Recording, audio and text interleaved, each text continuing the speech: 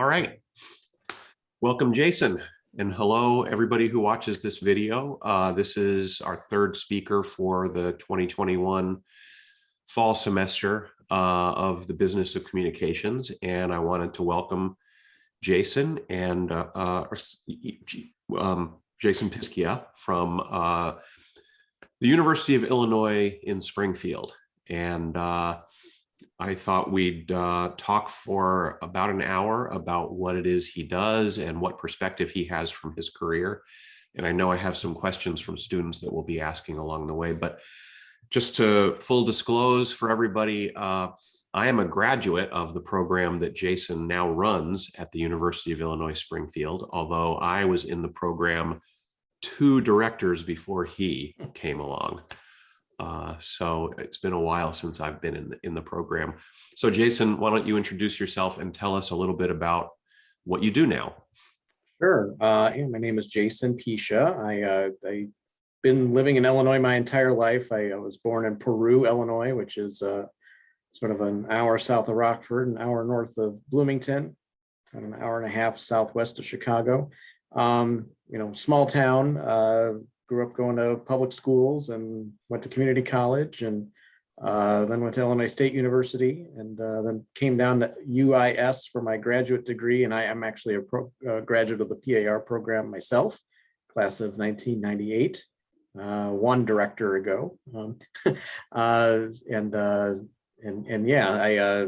always interested in journalism. I was nosy as a child. My parents will tell you, always trying to figure out what things meant and why people said things the way that they did, and why do people tell lies, and why do people frame the truth in certain ways. These are all things that ran through my mind as a younger child. So I think I was an odd younger child in that respect. But that led to an interest in journalism. So I majored in journalism at community college and worked for the student newspaper at Illinois State University for the 2 years I was there. Came down here for the public affairs reporting program, which is a 1-year master's degree program that trains journalists to cover government and politics. Sort of the main feature of that program is, you live right here in Springfield, Illinois, which is the capital, and you get put into an internship with a professional news organization, and you're stationed inside the Capitol building itself. There's a press room it's in the basement now. I think when you and I were there, Kurt, it was up on the mezzanine floor or somewhere there. But yeah, the students go sit in the basement for 6 months and work with other professional reporters to report on things that the legislature is doing, the governor is doing, and things like that. So it's a crash course in political and policy journalism. After that, I did my internship during that program with Copley News Service, which at the time served newspapers around the state, including right here in Springfield, the local newspaper, the State Journal Register. So I had a lot of stories there during my internship, and I sort of pestered them off and on, the editors there throughout my internship, about an opening that I had heard about, and they ended up offering me that job at the end of the internship in the summer of 1998. So I started there as a sort of a cub reporter covering, the usual stuff new reporters do, car crashes and fires and crimes happening around town. But I moved on to bigger beats like business and city hall and business and higher education for a while. So I did a little bit of everything. I think it was like 2005 when my boss decided that, hey, this internet thing, I think it's going to continue like being important in journalism. Maybe we should appoint someone to do that. My editor, Joe, it's Barry Locker, rest in peace. He died within the last year here. But he was the editor who hired me, and he often jokes that you have to realize this is the mid-90s. I was the first person who ever introduced him to the word blog, B-L-O-G. It's the first time he ever heard it is when I said it to him. I was talking about wanting to start a blog about covering City Hall, a novel concept back in the mid-90s for sure. So, he not solely for that reason, but because I had some other ideas as well, I was made the newspaper's first online editor in 2005. And I sort of slowly worked my way up from there. And the last 4 years of my tenure at the SJR was as a managing editor, sort of running the day-to-day operations of the newspaper. And then in 2019, this job became open. The guy who was the director, Charlie Wheeler, who directed it while I was in the program in the late 90s, retired after 26 years heading the program, and I put in my name, and I'm thankful to have gotten it. So I'm starting my 3rd year here teaching the program, and happy to do it, and happy to talk with you today to let you know and answer your questions. Great, great. Thank you. Well, let me first apologize for mispronouncing your last name. Oh, that's okay. Piscia. Piscia. Yeah, the first day of school was always tough for me, so no worries. Got it. Okay. Well, I will remember that. One of the things that strikes me is that we have a similar story in as much as I came to St. Louis to be the online news director at the St. Louis Post-Dispatch in 2002. And, I had been in online news prior to that, but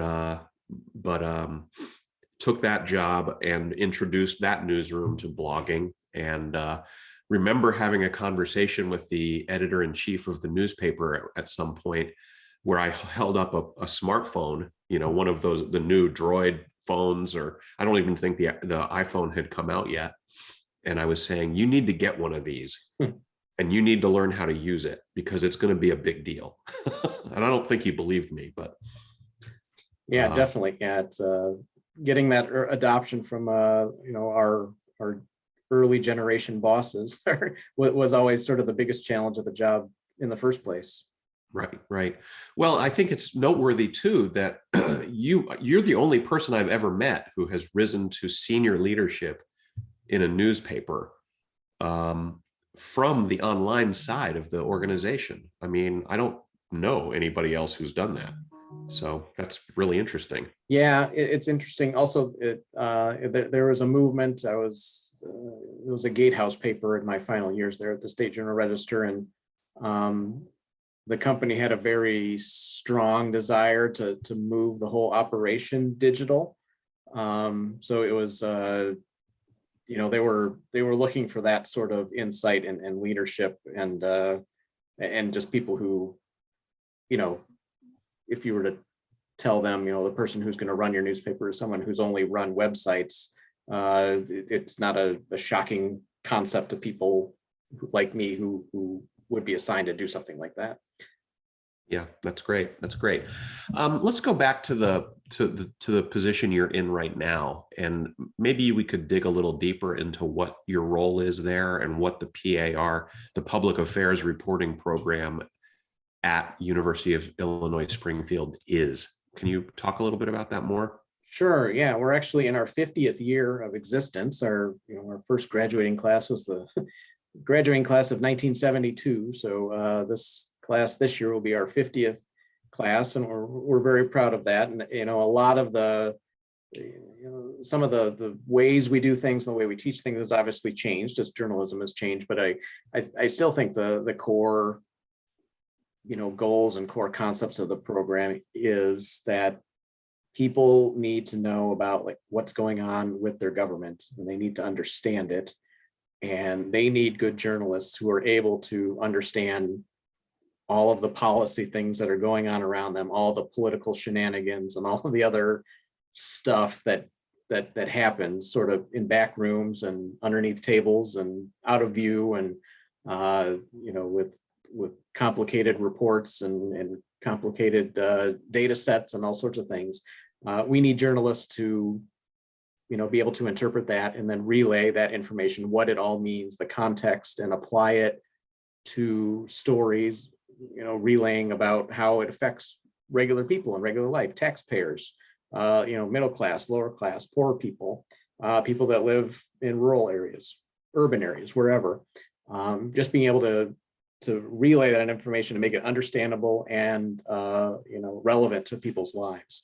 That skill, that need, I don't think has diminished or gotten less over the years, even as the journalism industry and newspaper industry especially has, declined in other ways, and, advertising revenues and frequency of print and all the other metrics we look at that allow people to come to the conclusion that newspapers might be dying. A lot of those basic concepts of we just need smart journalists to cut through all of the BS and cut through all of the complicated stuff and just give people a story they understand, and a story that will give them the information they need to make decisions about their own lives, about who they should elect, what school district they should send their kids to, where they should build their house, all these things, that these major decisions that we all make in our lives are become better decisions if we're fully informed about all the effects, and journalists should be able to do that.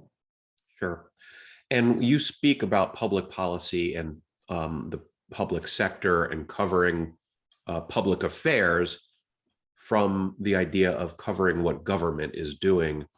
You, in your program, are uniquely situated in that sort of layer between what's happening here in the local community, the school board that covers my area, the mayor's office, all of that. On the other end of the spectrum is federal government in Washington, D.C., or federal officials and federal agencies that are spread out across the country. You are specifically focused on what's going on in state government in the state of Illinois, in the capital, Springfield. Correct. Although, we do sort of drive home the fact to our students that just because we're in Springfield and we work in this fancy building, beautiful Capitol building with important people wearing suits walking around us every day, that the real state government stories are happening in the neighborhoods, those local neighborhoods, inside the houses of people being affected by these policies and tax decisions and other things that these important legislators are doing underneath the dome.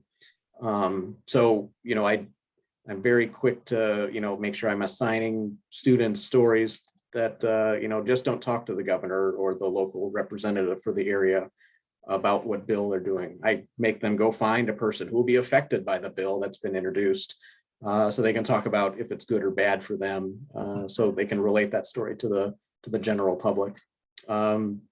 Yeah, and you mentioned the different levels of government, local, state, and federal. And I feel that, local is, we teach about how to cover state government here, but the lessons you learn here, a lot of our graduates will go on to a local newspaper and end up being like the lead city hall reporter.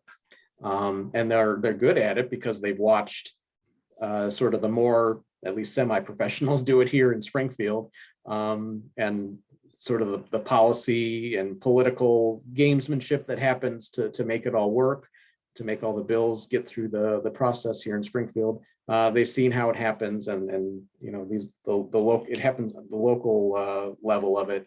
It works much the same way, but local government is even closer to the people. I mean, you could live a block away from your alderman in whatever city you live in. You might live in the same county as your state representative, but and then when it comes to like Congress, I don't know if you saw the redistricting maps in Illinois, you could live up to 250 miles away from your congressman, depending on what district you live in Illinois. Sure, yeah. So yeah, it's important that government stays close to the people, and that's one of the lessons I try to keep in my students' mind as well.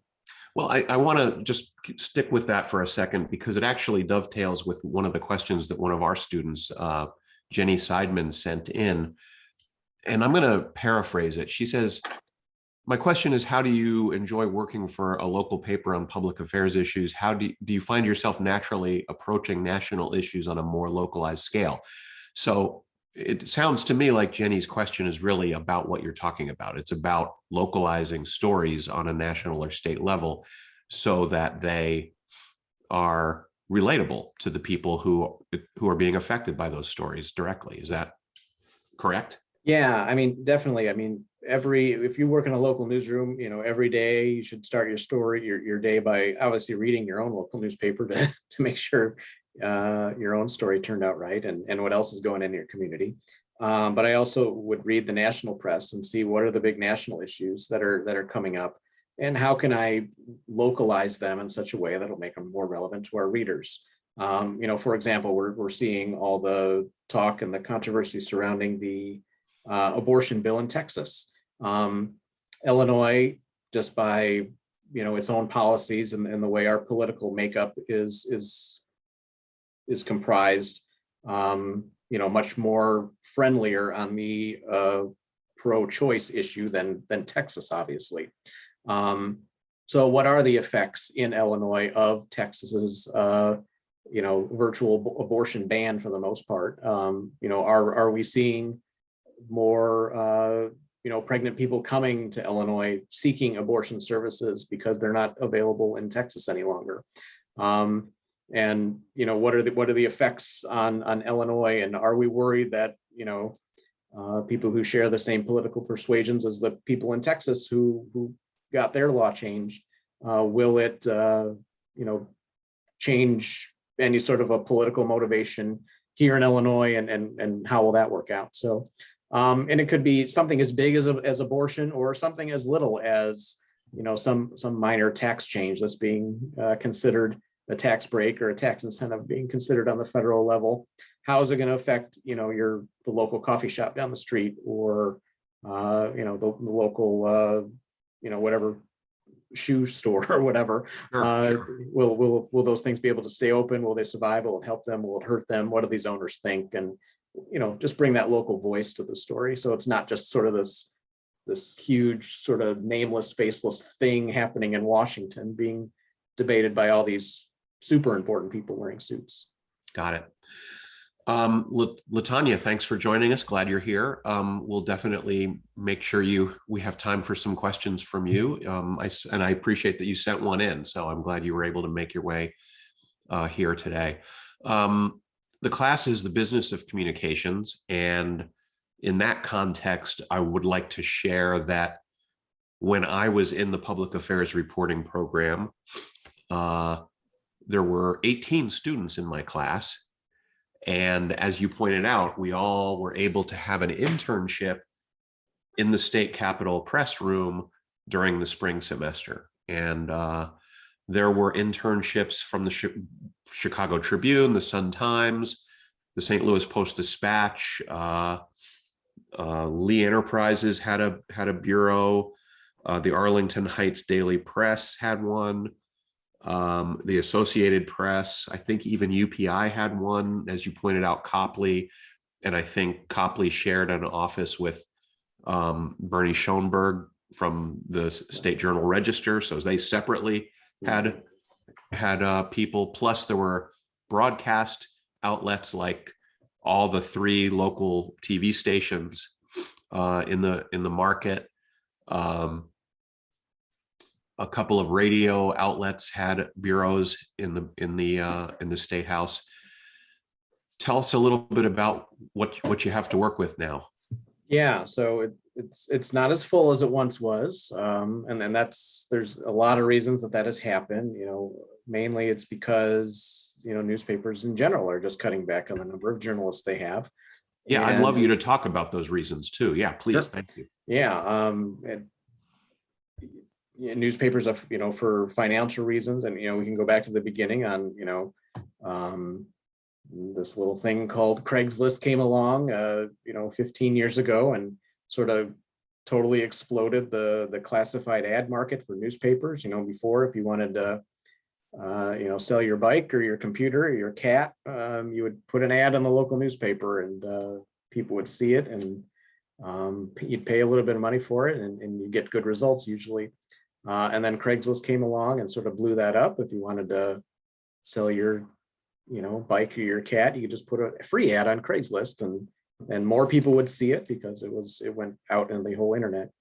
So classifieds ads decreased, and then sites like Google and Facebook started aggregating news and sort of taking away the ability for news viewers to be able to need to go to the local homepage, the website, to see the stuff, and so that reduced our ad revenue there. So as a result, there's some financial adjustments have been made, and some fairly large ones that have really cut the number of journalists in America, quite extensively over the past 10 to 15 years.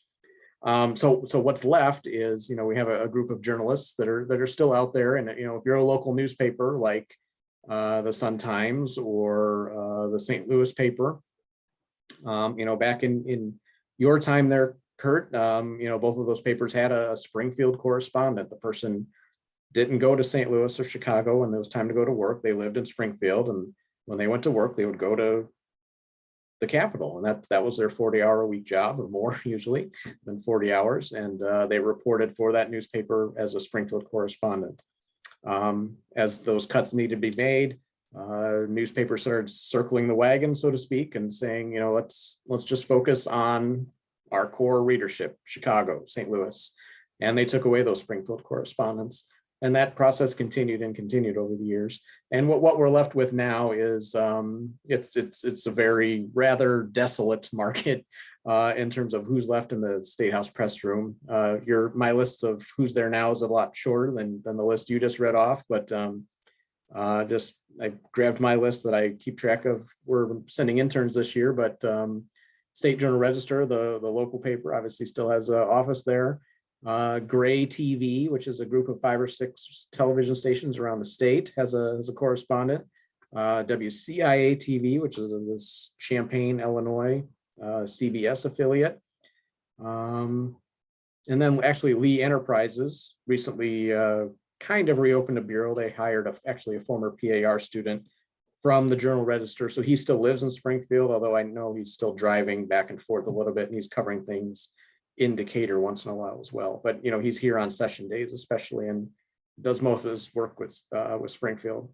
So, and then sort of the big addition, and we can get into this later as well, is Capital News Illinois, which is a project of the Illinois Press Foundation, which is a charitable arm of the Illinois Press Association. It's nonprofit journalism, sort of the new thing, and I think one of the main things that's going to help preserve and save what we do have left of local journalism in Illinois, if not America, if not the world, relies less on the commercial capitalistic aspect of journalism, where in order to survive, you needed to sell ads and sell subscriptions and sort of hope that you keep your subscribers happy and keep your advertisers happy, and then all those people sort of also are in good financial spots where they can continue giving you money every day to continue doing your job. Obviously, we've seen that model doesn't work as well as it once did for various reasons. So the nonprofit model helps us, which basically is you team up or find a huge benefactor, like any nonprofit organization, a big foundation that supports the goals of journalism, to give you hundreds of thousands, if not millions of dollars, to throw it at you and operate for 3, 4, 5 years, without having to worry about making revenue every month to pay the bills, and while you're just able to be there and do the journalism. That's what CNI is. It's supported mainly by the McCormick Foundation and also the Illinois Press Foundation, and they now are the biggest bureau over there. They I think they have 4 full-time reporters at the moment, which blows everyone else away. And they're there. They just cover everything that goes on at the Capitol and around state government.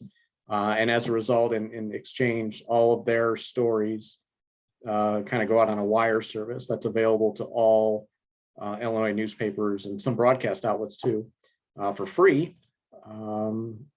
Just with the goal of being that more people around the state need to know about what's happening at the Capitol in Springfield. So CNI helps every newspaper, newspapers as large as the Sun-Times down to little tiny publications in Southern Illinois, all use Capital News Illinois stories in their pages, and it sort of helps level the playing field and get some Springfield knowledge in front of more people's eyes than what we had before. But again, that's the list of who's there now. So obviously that leads to decreasing opportunities on where to put interns for my program, but we make it work. Yeah, I see your note, Latanya. Why don't you go ahead and unmute and ask your question so we can hear Sure. it. Hey, nice to meet you. Hi, thanks. So just based on what you're talking about now, the decreasing coverage, of local regional news, we had another guest speaker who is the head of a PBS. What do they call it? Not PBS. It is the NPR Regional Newsroom initiative that recently got started. What do you think about that initiative, and do you think there's going to be like a resurgence of local and regional coverage? Yes, and it's going to take participation from nonprofit outlets and sort of the ability of nonprofit outlets wanting to work together to make it work, which previously was sort of a taboo thought. Getting together with someone you competed against, you're both fighting for that same story and fighting for listeners or viewers or readers, and you're all trying to kill each other to get the largest ratings or whatever. But now we need to think about working together more, collaborating to get these stories out there. And yes, I to answer your question more directly, I do think it'll lead to a resurgence of local and regional coverage. A lot of the nonprofit, the bigger ones you hear about, sort of do come on the larger national level, like ProPublica, or groups like that are able to do stories that have a national reach, which is sort of leaving a vacuum for what's happening in your hometown of Springfield, Illinois, or wherever you live. But if we can create these regional teams that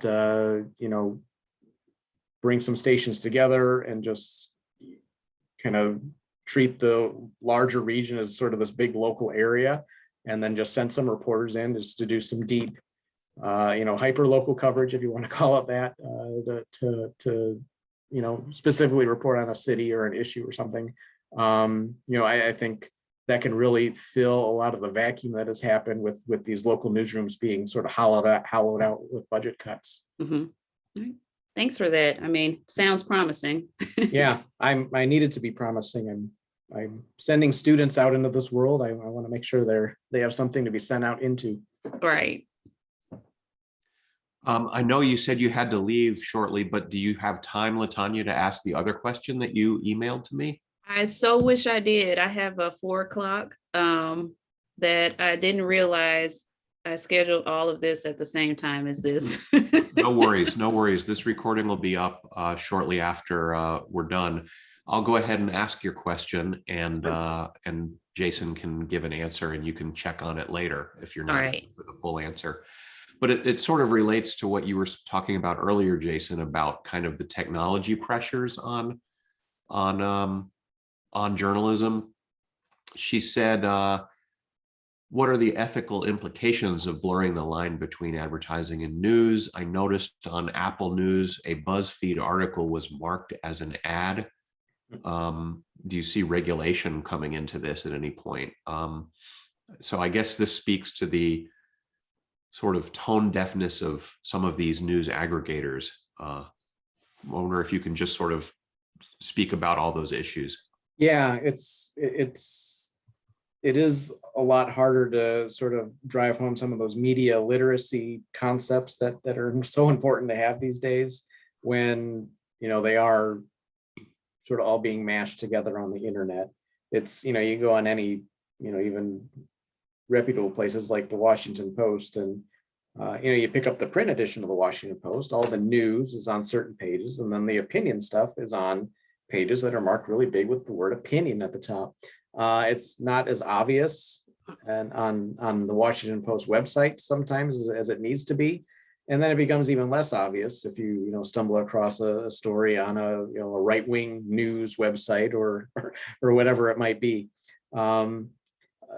So yeah, that's a challenge with with how technology has come about. And if you think about your own social media curation activities, you're able to set your own Twitter, what you follow on Twitter and Facebook and whatever. And we have this ability to if you are all in for, left-wing politics or all in for right-wing politics. You can surround yourself and follow only people who agree with you. And that's fine. I teach a, portion of a media literacy course here as part of a larger course. And, I tell my students, it's fine if you're, all in Republican or all in Democrat, and that's all, all your whole Twitter feed is that, but realize that there's other views out there that have validity. You might not agree with them, but I still think there's value in realizing that those views are there, understanding the motivations behind them, so we can sort of understand our opponents, our political opponents, or other members in our family sitting across from us at the Thanksgiving table. These are all conversations we need to have. We're not having them. We're not agreeing. We're not agreeing to disagree, and that sort of environment is sort of what has allowed the world to turn into today, where things like January 6th happen, and people can't agree if who the president is, and have major hangups about whether masks work or vaccines work, or sort of all these things that sort of tear our country apart. And a lot of it's due to just we can still disagree, but let's understand each other, the reasons why, and we don't take the time to figure out that nuance. That concept that you talked about a couple of times here, media literacy, it's come up in some of our conversations in this class as well. And it's this idea, well, you define it for us. How do you define it in the class that you teach? Yeah, I can't remember word for word, but I mean, basically, it's just being able to look at context clues in the stories that you're reading to determine if the story can be trusted, if the story is balanced, or if the story is, in the bag for one political side or the other. And then if the story, and then the other part of media literacy is just, is it true? Is it real? Or are they trying to use misinformation or disinformation or, deep fakes or some sort of, manipulative technology to try to make you think something is true when it's not true, and with the, end goal being that you get mad or, you were outraged by something, and then, causes further dissent. So, Sure. there's a series of exercises I take my students through on sort of how to go through that detection process, and clues you can look at, and charts and websites you can look at to sort of get historical perspectives on certain types of sources, internet sources that are out there that have reputations for being fair or super left or super right. So and just sort of keep all that in mind. Yeah, it's really important. The speaker that LaTanya was mentioning, she and I had met when we both worked for an organization called patch.com, which sounds like you're familiar with. Hyperlocal news. In the time that we worked there, it was going gangbusters and growing rapidly, and hadn't really nailed down its business model very well. So it turned out to be a short-lived piece of our careers. But the point that I would raise with the people who worked for me, the reporters that worked for me, some of whom were freshly out of journalism school, was I would tell them everything that you do is creating the brand for this, for patch.com. Every move you make, every person you talk to, every time you cross the street, you are creating part of the brand for this news organization. And it's going to establish how trustworthy people find it when they read stories on Patch. The Washington Post and the New York Times have 150 years of history behind them. They've established their brands. They've, good or bad, decide for yourself, but they've established what they are as a news organization. But as a young news organization that many people hadn't heard of at that point, we had to establish what patch.com meant. And it's exactly what you're talking about. This, you don't know when you're looking at an Apple News feed where the content is coming from necessarily, unless you're really paying close attention. So you have to be able to have some literacy about what the source of information is. No, go ahead. Sorry. Yeah, and I was just going to say, knowing the source and being familiar with the source is probably, one of the biggest steps in the battle. Just, I mean, if you see a story and it has, there's the obvious ones we all know. If you see a story and it says Fox News at the top, we all know enough about the media landscape that in general, Fox News, especially their opinion makers, are going to be in favor of what Republicans do, and then MSNBC and CNN go the other way. But there's names beyond that look like legitimate news, but have reputations of their own. So I send my students to a media bias chart. If you just Google media bias chart on the Google machine, you'll come up with the website, the Ad Fonts media bias chart, and you can type in the name of a news organization. We'll sort of plot it on a chart that'll sort of give you it ranked by how down the middle it is politically and sort of how accurate they tend to be, and you can sort of judge for yourself on if you see a story by them, sort of whether that fits. Sure. I want to go back to CNI, Capital News Illinois.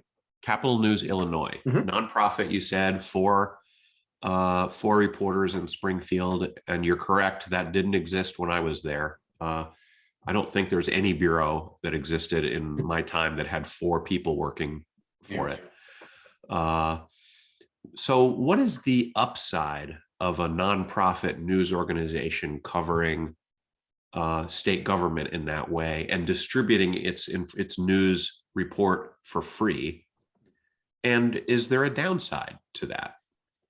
Yeah, upside obviously is just the coverage gets out there. I mean, little newspapers in Southern Illinois that don't have the money to subscribe to the Associated Press, which also has been cut. They used to have a larger bureau down here as well, and now they're down to one reporter. He's great. He's one of the best reporters in the state, but he's just one person. He's a former classmate of mine in the that's PR right. program. Yeah, John O'Connor, great guy. Yep. And tell him I said hi. I will. And it's, he is just, because he's one person and he's a human being, he's not able to dig into the day-to-day grind of what happens under the dome as much. So, a lot of the stories you see that come out from John are, larger looks, more in-depth looks, stories that take longer to write, more effort, and are in the end probably more informative than day to day, here's what happened in this committee or that committee. But we're still missing out on some of that nuts and bolts coverage as well, and that's where CNI can sort of come in and sort of fill that gap. So if there is a committee on a big bill, you can get the debate and learn about what happened there in that way, that if you wouldn't get the chance to otherwise. And it allows those other newspapers that, even, the State Journal Register has a person in the Capitol, obviously the local newspaper.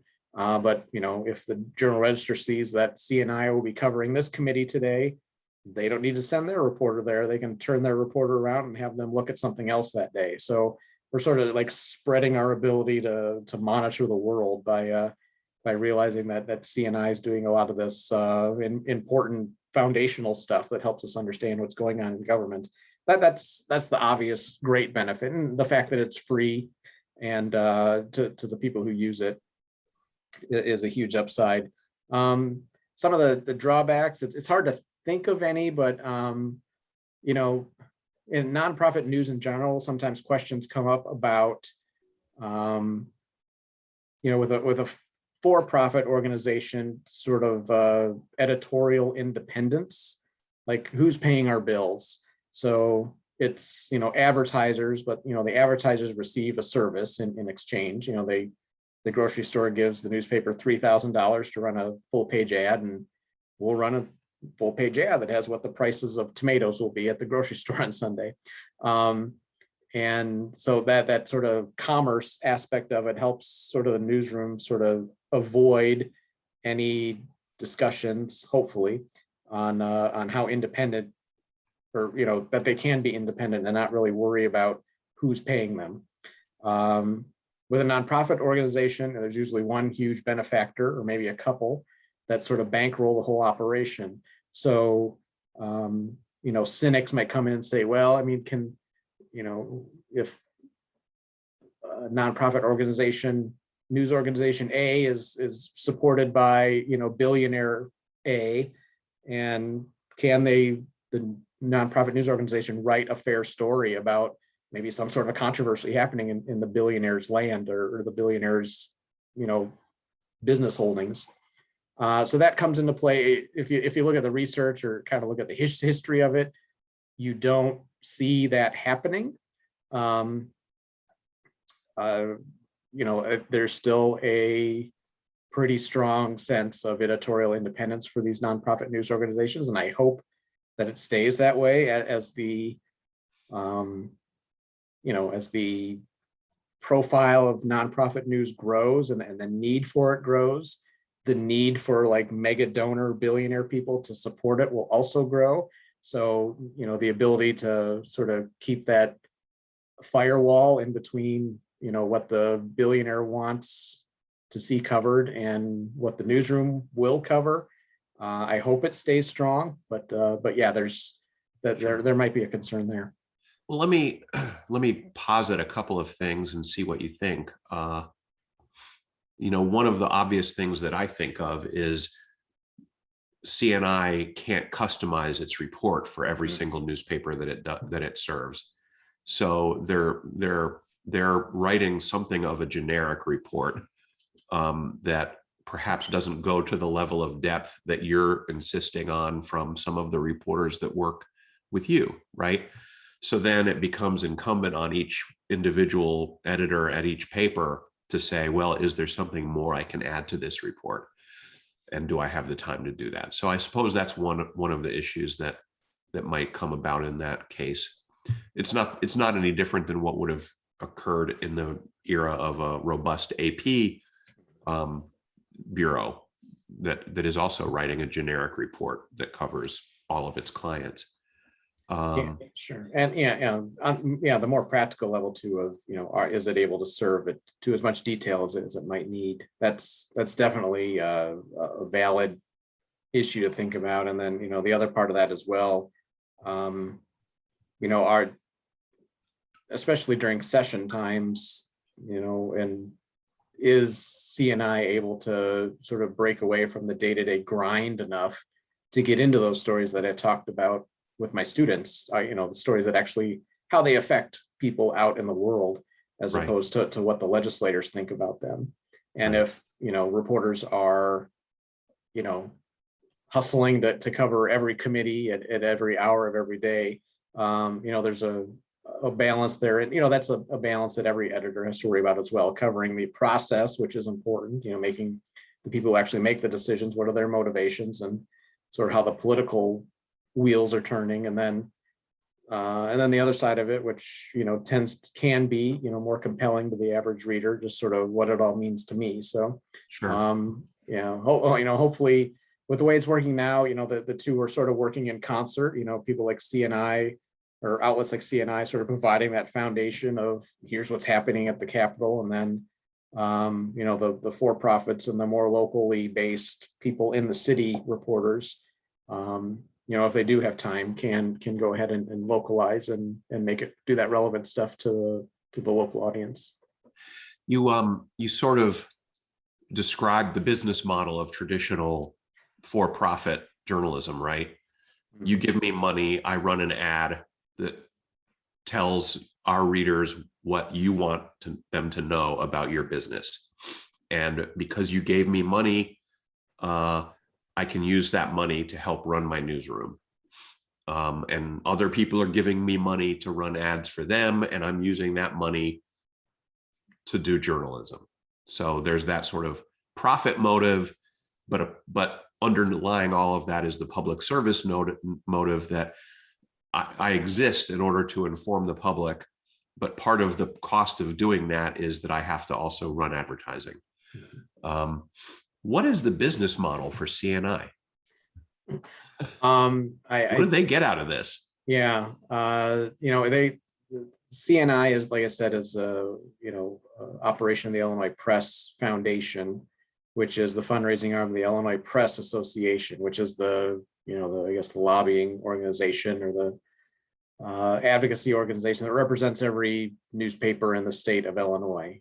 So there is an interest there in keeping the newspaper industry healthy in Illinois.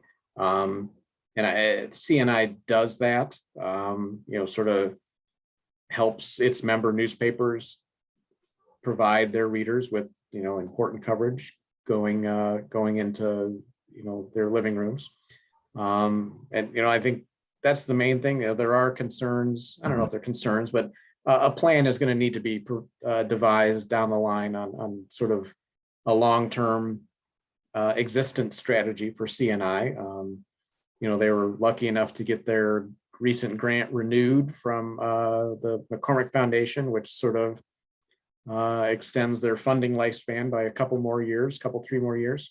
But yeah, beyond that, I talked to the director or the main editor there fairly recently, and they're working on ways, some sort of a revenue model that may involve having newspapers begin to pay something, not as much as you would pay to AP, but something to keep the process moving. And then we can maybe get to this in a few minutes as well if time allows, but the sort of the proposals happening in Congress and elsewhere to sort of help support the journalism industry through tax incentives and things like that, and Sure. hopefully something of that will play into it as well.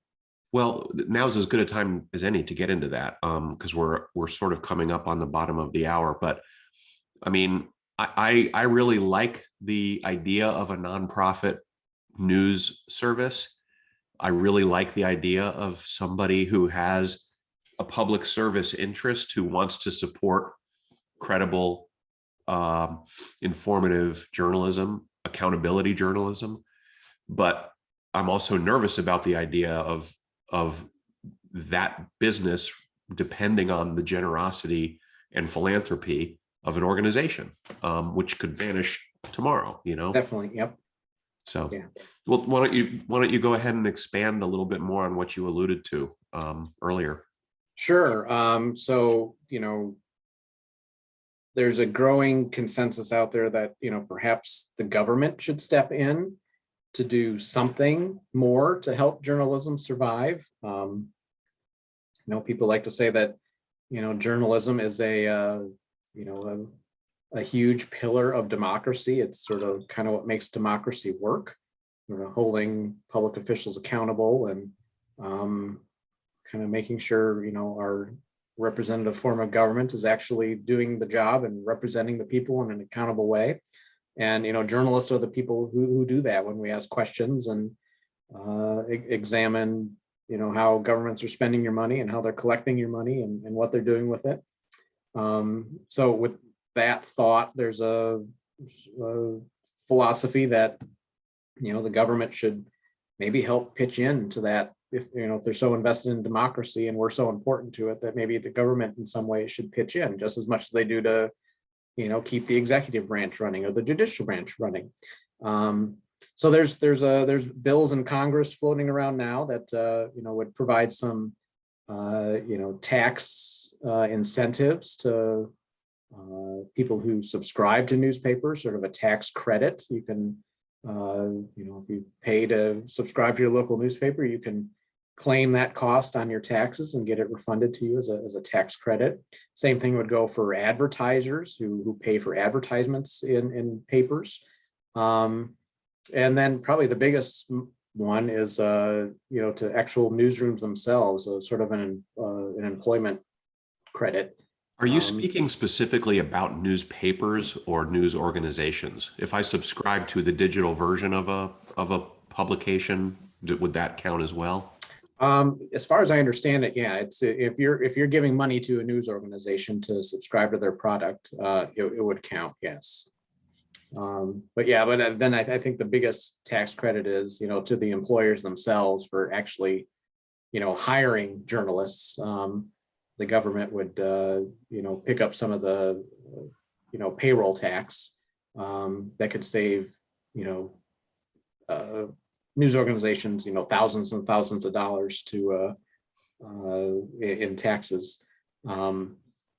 So those are sort of slowly working their way through the process. I think the big employment tax one was, I read last week, was sort of shoehorned into one of the infrastructure bills that Biden was trying to get pushed through. And I haven't checked in the last few hours on where it stands at the moment. It seems to change every second, but those are some of the ideas that are out there. And, on the local level, you may have, or at least the state level in Illinois, the governor recently signed a bill that creates a local journalism task force. It was introduced by a state senator who used to be a TV reporter in Rockford, so he had a little bit of a vested interest there. But it, kind of recognizes that local communities, especially smaller ones, just aren't being served by journalism the way it should be. They don't know anything what's going on with their local governments because there's no reporters there to go to the meetings and check on what's going on. And this speaks to a concept that we've looked at in one of our online discussions, this idea of news deserts where they exist. Yeah. And actually, I was talking about news deserts in my own class a couple of weeks ago. And there's a map that you've probably seen, the maps of all the news deserts in America that, just these areas that have no local newspaper anywhere near them. And it's a lot like a food desert. You don't have your community that doesn't have a grocery store that serves fresh fruits and vegetables, and there's a loss there. Well, I'm interested in your thoughts about some of that government intervention, shall we say? I mean, I know that there's often a culture among journalists individually and among journalism organizations institutionally that we don't want in any way to be beholden to government to have any influence or leverage over the things that we do. We can't have you giving us money with your right hand and then saying you can't cover something with your left hand, that sort of thing. Yeah, and that's one of the first arguments that comes up when this, I can't.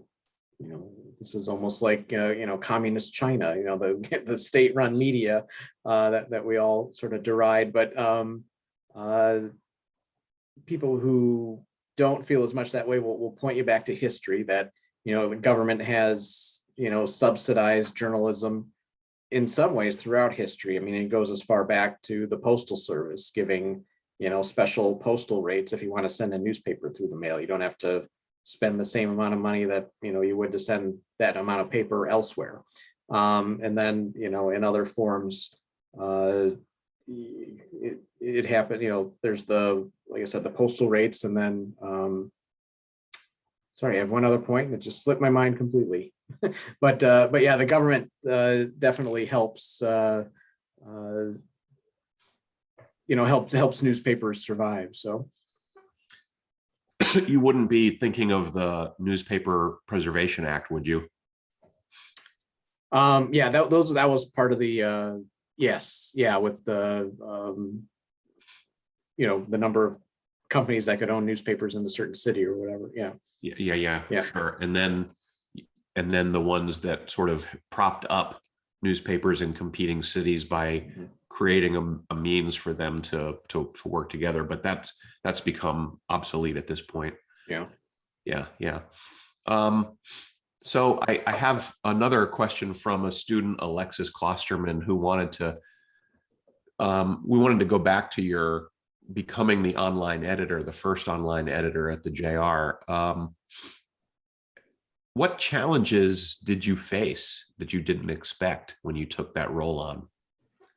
I think mainly it happened mostly inside the newsroom. I mean, I was faced with, and it wasn't a confrontational situation at all, but I had a lot of newspaper reporters that have been newspaper reporters for 20 years. And now we're telling them, okay, I need you to go to that meeting and then come back and write me like, 3 or 4 paragraphs of a story and have it to me in 20 minutes so I can get it online. And then you can give me the rest of the story later. And they're like, what? I was going to go to lunch first and then I come back and write my story. just a sort of the whole workflow situation changed. And now we're, throwing video cameras in their hands and giving them microphones to collect multimedia. Just these foreign concepts to people who have done this with ink and paper and, tape recorders and pens and pencils for 20 years. So just sort of kind of pushing that culture change through was challenging. I sort of found victories in, a veteran reporter, someone who's been there for 20 years, maybe, they might be 10 or 5 years away from retirement, but they sort of picked up the whole video camera thing awesomely and just, kind of took right to it like a fish to water.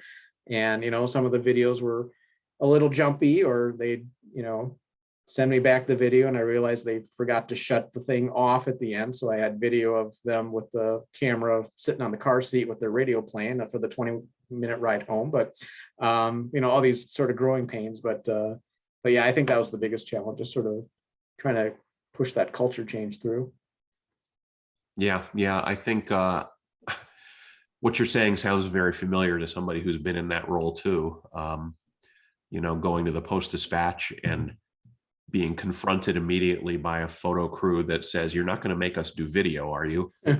Yeah. And then of course they all embraced it and adopted it and became very good at it over time. But yeah, another example. Sorry, I remember the other thing. Besides postal rates, the government has also helped media over the years. Obviously, NPR, PBS.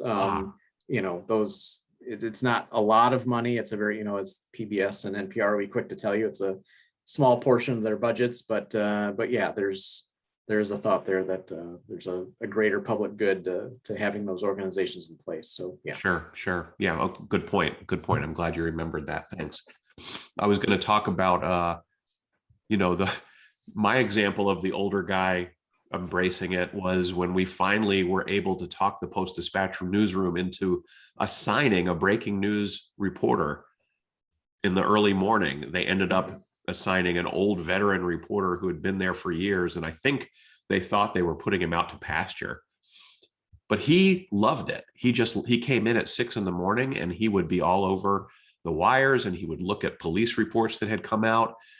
I remember calling him one morning because it had snowed overnight, or it was going to snow that day or something like that. And I said, can you do a quick weather update about what's going to be happening later today? And I could literally hear his eyes rolling, like this guy is calling up the old veteran reporter and making him do a weather story. Are you kidding me? Well, he looked at the page views the next day that had gone bananas because we had a weather story up on the website about what was going to happen that day. Never had to ask him to do a weather story again. He totally got it. Yeah, I've never heard that story before, but that's exactly where I knew that story was going, where he was. And we did the same situation with a breaking news reporter early in the morning. Just the way the cookie crumbled, we assigned a veteran guide to it as well. And, he loved it. People who are, older usually tend to enjoy waking up super early anyway. We're not, young in our 30s and like sleep until noon anymore. So he'd come in and he'd follow everything that happened at night, right? He was really good. He knew who to talk to, he knew who to call, got the stories out quick. And, he was out the door by 2 or 3, in the afternoon. So it made for a nice situation for him. And when, he was one of the ones that was a little harder to push at the beginning to sort of adopt some of those digital ways, but yeah, but sure. We made it work. Well, we're at the bottom of the hour and I'm sure we could talk more, but I committed to keeping you for 1 hour. I just wanted, before I let you go, I want to just say, is there something that you wished I'd asked you or that you wished you had a chance to get across that I didn't give you a chance to talk about? Yeah, I mean, if any of your students are sort of still on the fence about journalism in general, whether it's a viable industry, depending on who you talk to, it might be your parents or or others who aren't in the industry, but who may be trying to shy you away, or there's no future in that. A lot of the distress about what's happening in the newspaper industry is a lot, and it's a big issue, but just sort of how we get our message out, in what form. Should we still do it on paper, or should we just move everything to digital? Or how should the ads be paid for? What hasn't changed, and sort of goes back to my earlier statements about sort of how the focus of the program I run hasn't changed. The world still needs journalists to be able to tell those stories and understand what's going on in government, and let average people know what's going on in their lives. The demand for that skill will not change. And we need smart, dedicated, curious journalists to step in and fill in those roles. Because if it doesn't happen, you'll end up living in a news desert, like we talked about, or the vacuum will be filled by, bad actors. Those ultra left wing or ultra right wing publications that may come in and write about things that are going on in your area or your community, but they'll do it from that skewed left or right view that will sort of lead to misinformation and possibly disinformation. So I need, you just need to step in and, realize that we need good journalists. And if this is your dream to do this job, you should keep going forward with it. I know the job outlook doesn't always look great at the moment that you're looking at it, but if you're talented and willing to put in the work and, willing to, commit to this, really the sense of public service, you can have a fulfilling career in journalism.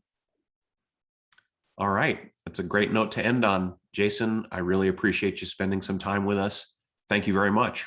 Yeah, sure thing. Glad to be with you. Take care. Yep. Bye-bye.